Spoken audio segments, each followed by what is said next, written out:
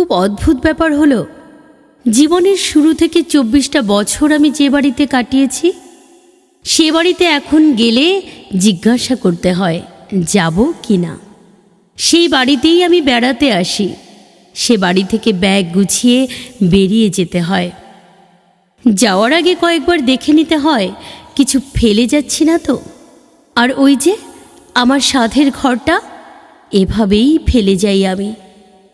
এই ঘরের পর্দা, এই ঘরের বিছানা, আলমারি, ড্রেসিং টেবিল সব আমার খুব কাছের। এই ঘরে এলে আমি চেনা গন্ধ পাই। প্রতিটা কোণ আমার আহ্লাদে আটখানা হয়ে আছে।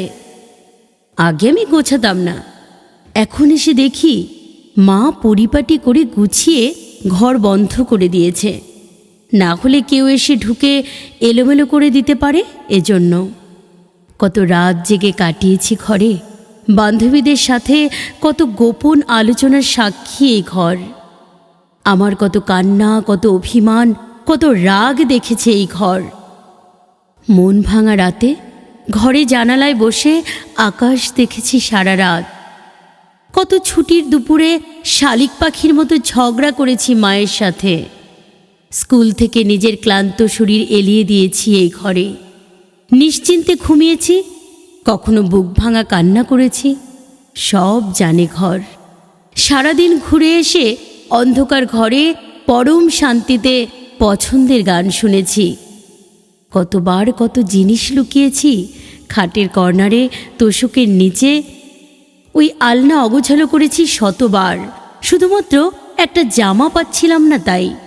আবার একদিকে শাড়ি, একদিকে সালোয়ার, একদিকে কুর্তা পাট করে সাজিয়েছি। অবাক করা বিষয় হলো, এখন যে ব্যাগে কাপড় নিয়ে আসি, ওই ব্যাগটা সোফার এক কর্নারে পড়ে থাকে। যেভাবে নিয়ে আসি সেইভাবেই নিয়ে যাই। ভাবি 2-4 দিনই তো থাকবো, আর আলমারিতে রাখবো না। ব্যাস, আলমারিটা আর খোলাও হয় না। কত জিনিস, কানের দুলের রঙিন বাক্স সবই পড়ে থাকে।